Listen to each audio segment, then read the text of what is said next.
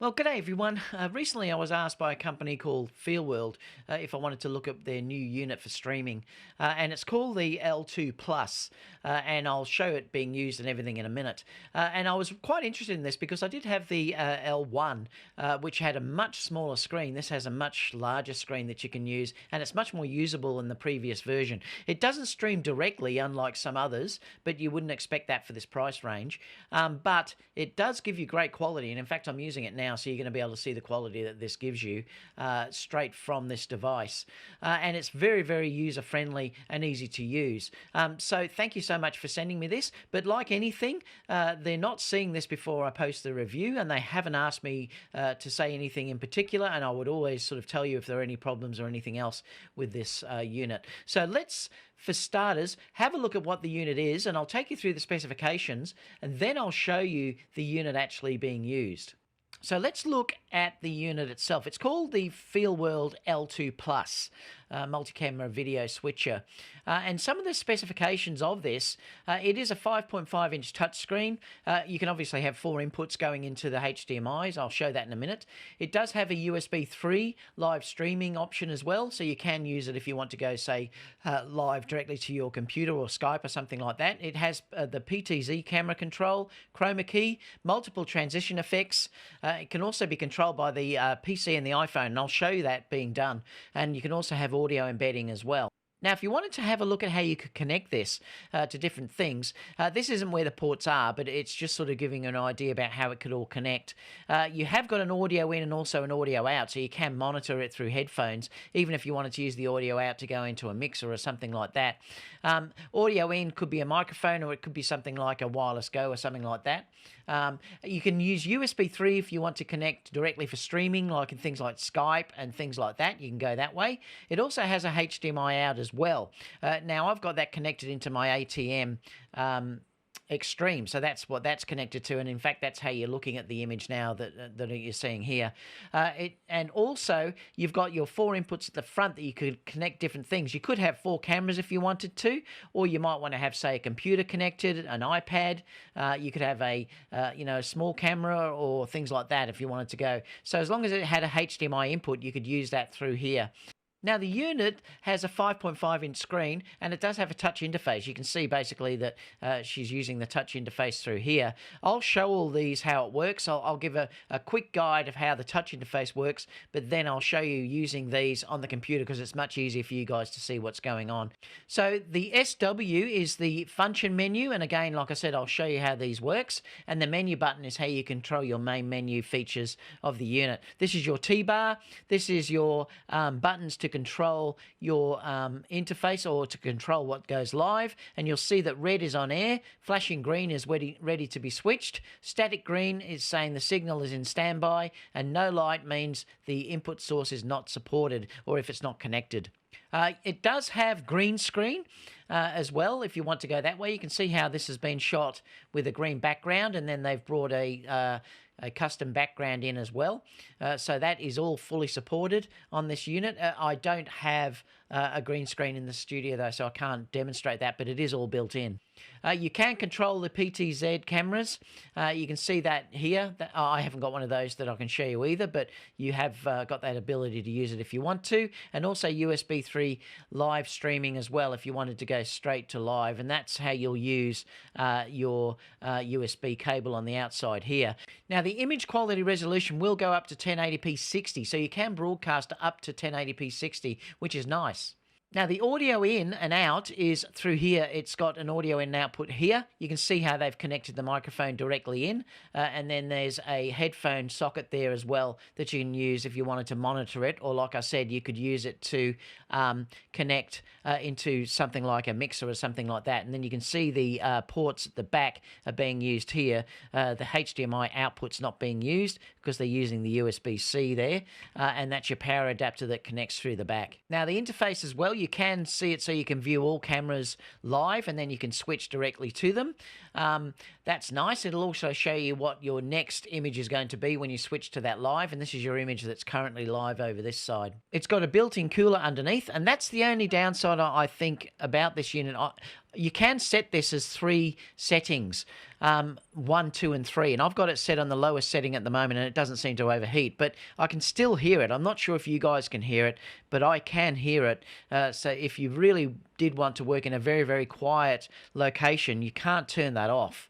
So that could be an issue, and I think that's really one of the only downsides of the unit. You've got full transitions that I'll show you as well how that works, and full picture-in-picture as well, and I'll also show you how that works as well.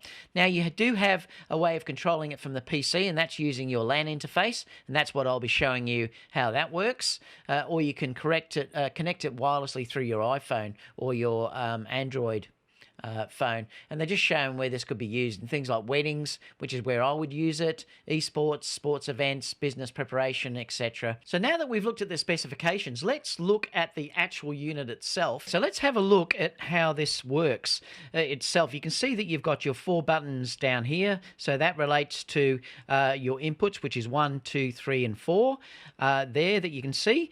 It's flashing green at the moment because it's going to go between these two HDMI ports. For instance, if I bring up the T-bar, you'll see it'll switch between 1 and 2. They're the only active ones that I've got in there at the moment. Now, it's very small, but you can also see the resolution that I'm using through here too. It's 1080p 50.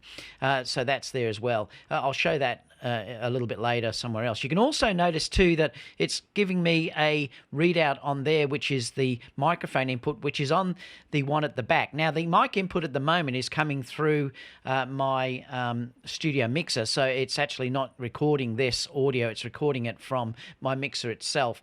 But I'm just showing you how you can see the audio on there as well, and you can control that, whether you want it on or off. That way you get your idea of your levels that are there too. The other controls you can see at the back here, this is where your HDMI inputs are. Also your output and your power goes in here. The other controls that you've got on the side through here, you've got an SW, and I'll show you what these mean in a minute, and also a menu button, and then you can control it with this dial that you've got here as well, or you can use the touch interface. Now, if I hold onto this, it will go into full screen, which is nice too, because then you could see it completely full screen if you want to go that way. If I hold it again, it will go back to showing it as PVW, which is nice. That way you can sort of see it all in one, or you can see it full screen if you want to go that way. It is a 5.5-inch screen, so the screen is terrific on this unit itself. Now, I'm going to show you the menus and everything on the computer because it's much easier to look at, but I'll just show you how you can manipulate them here.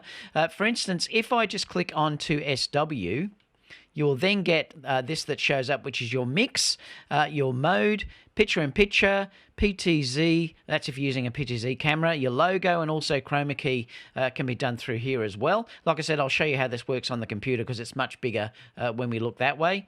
If you want to get into any of these, all you do is just click on it, and then you can access it that way. So it's nice and easy to use, and then you can just click out of it. The other one over here is your menu. So if you click on the menu side, you've then got the input, you've got the HDMI sources, USB 3, your audio settings, IP settings, and then your general settings for the unit as well. But like I said, I'll show you these on the computer side so you can have a look at it much easier. So the interface itself is very, very simple to use, and I like how it's a touch interface as well. But like I said, the software is even easier if you connect it to that. You can connect it up to an iPhone or an Android phone, or just on your computer. I'm going to show you the computer side to it, but I've also got it connected through my phone, but I'm using my phone to film at the moment. So what we'll do now is I'll take you through the software and show you how it works. Okay, so this is the interface on the computer. You'll be able to see that it's much clearer to understand if I show you this way. It basically mocks exactly what you're looking at when you're looking at the unit that's down below that I showed you a minute ago. You can see that the connection status is live. You've got that little green dot that's showing down the bottom, so it's connected fine. You can also see that you can see the resolution that's showing through here. If you look there, it's showing that it's 1920 by 1080 at 50p. I'm PAL, so I'm filming here at 50p. You can also see it showing the same buttons down the bottom. Which one's active is in red, and then the one that's green will be next. If I switch up, you'll see that the T-bar will also move. So now it's switched over to number 2 input. And if I bring it back, you'll see that it'll go down to number 1 is now active. there it's switched over just there. Now, if I had the other inputs in through here, it would also show what the the resolution was as well, and everything else would be up there. So I'm going to take you through the settings just so I can show you what's inside this. If we click onto menu first, now the input itself, it will tell you. You just scroll down and then you'll get an idea of what your HDMI 1 and HDMI 2, the resolution that you're running here. So it shows you there as well. It also shows it there, but it's it gives you another one up there too that you can see. Now you've got HDMI here as well. Now you've got your output. Now through here, this is where you can change the output of this to show either PVW or PGM. At the moment I'm on PGM. I'll just switch to PGW. And then you'll see, if you look there, it's now showing up all the angles. It's cropped off a bit because of just the way that this is sitting. So you can sort of monitor or show what you've got as the switcher as well. Let me just switch this back to PGM. And then you'll see it's just switched back to me. So that works nice. So that's one way you can change the HDMI output. You've also got USB 3 here too. You can use this as a USB camera if you want to as well. And again, you can use PGM or change it to just showing your multiple output as well. And you can also change the format. So this is if you wanted to, say, use it as a webcam or something like that, so you could connect it straight to your computer for things in like Skype or whatever else you wanted to use it through as well. Now, the live streaming pull-down menu here is what you can choose what software you're using. Now, if I use the web presenter when I'm going live. Now, you could, if you wanted to, just use your Blackmagic Design, the ATM. If I go web presenter H4K and then just say on, you'll see now that it shows the actual image on the screen. So you can then see it if you wanted to see what was happening live. Now, you can also use software like OBS software too, and you could turn that on and then you could see a live representation of what was going on there as well. So that's quite a nice feature as well, and it will use H.265.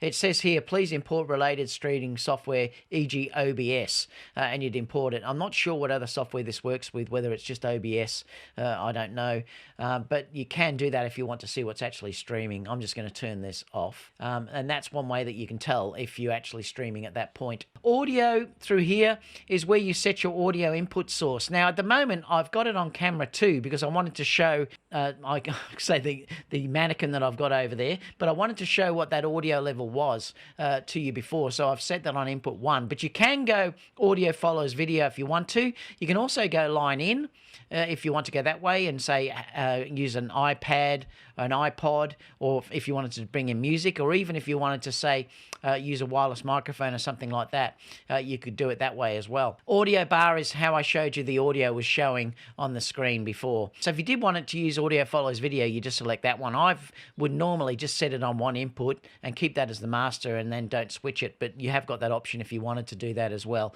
You've got a test pattern here as well, if you wanted to check that the audio, the unit is working. I'll just go to HDMI so it shows it.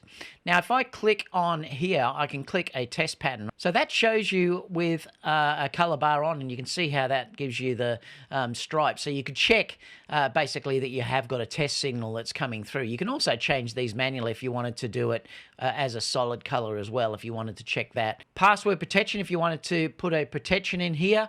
There's no password there at the moment, but you can enable it so people can't change anything. Particularly would be good if you were working out at a wedding or something like that and you were going to go live and you wanted to make sure that, that all worked. Your port settings are all through here.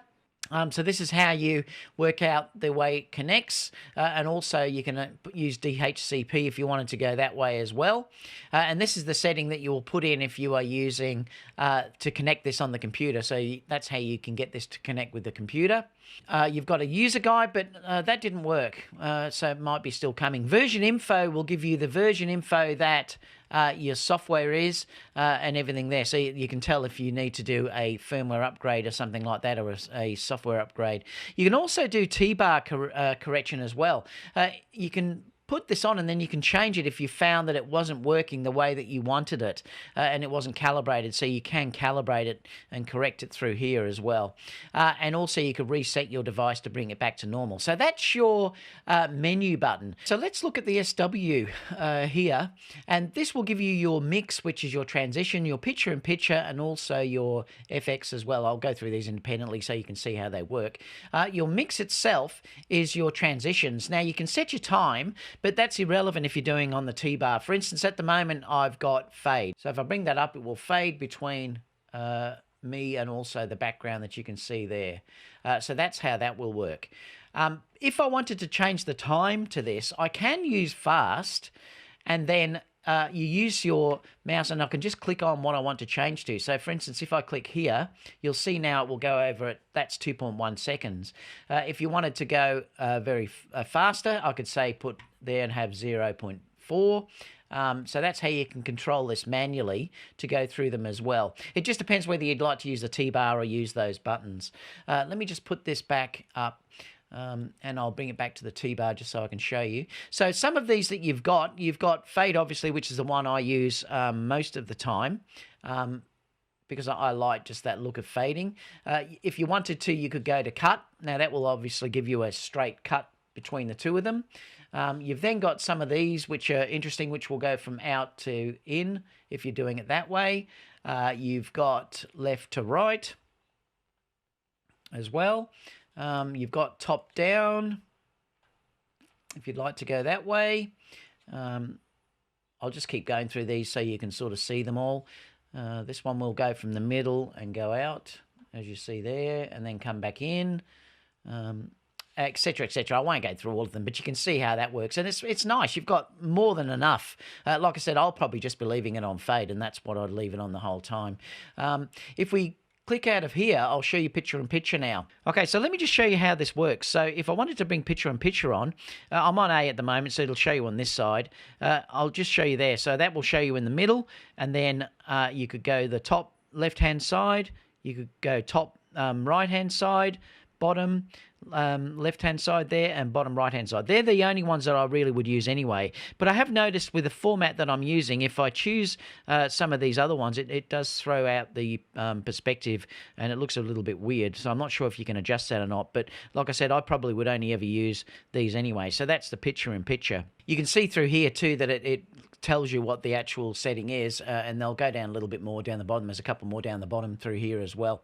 If I click out of that, the next thing is your FX. Now you can use chroma key, and I'll show you on the website what that is because I haven't got that set up in the studio, but you can use a chroma key with this as well, and you can choose your color that you'd like to use as the background color. There's orange, yellow, green, cyan, blue, and purple. As well, and you can also adjust the settings here as well to change it. It's showing what the current color is through here as well. So this is great.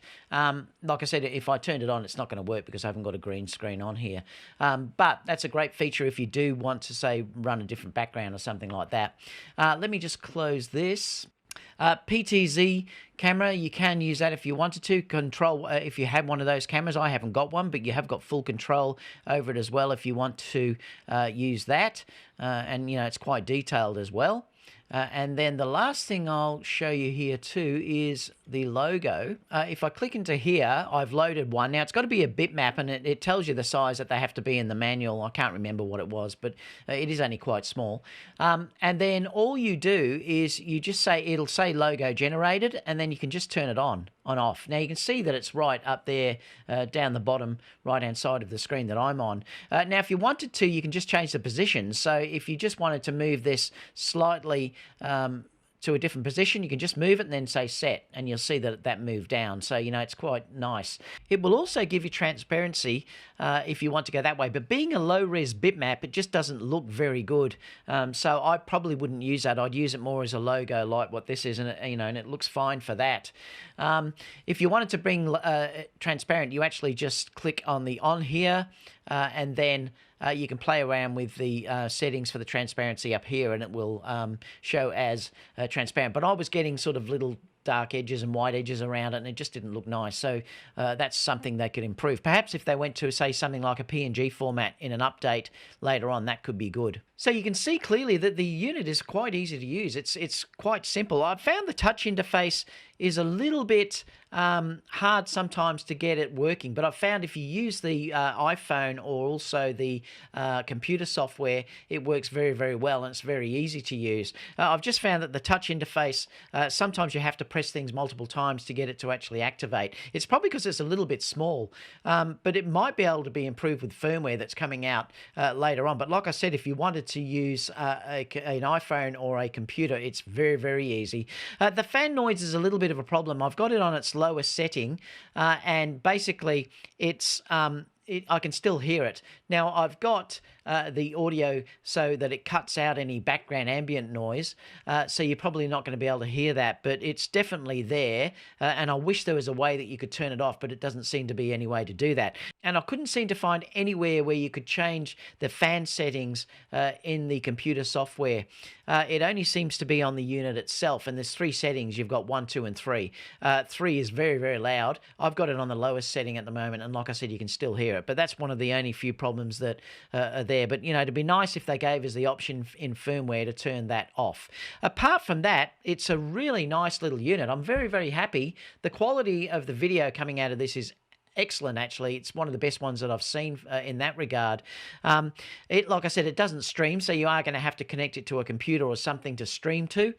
So that's something that you've got to be aware of. But if you're after something where you can just connect, say, 4 devices and have it for using it to mix in that regard, I think it's a great unit because you've got audio that can go in. It will do audio follows video, or you can lock that into just, say, sitting with one camera. And it does have audio in and also audio out, which is great too. Apart from that, everyone, if you have any questions, leave them down below. I will leave the link where you can get this from. And if you have any questions, I'll get back to you as soon as possible. Thank you so much, FEELWORLD, for sending me this. I've really enjoyed using it. Bye for now.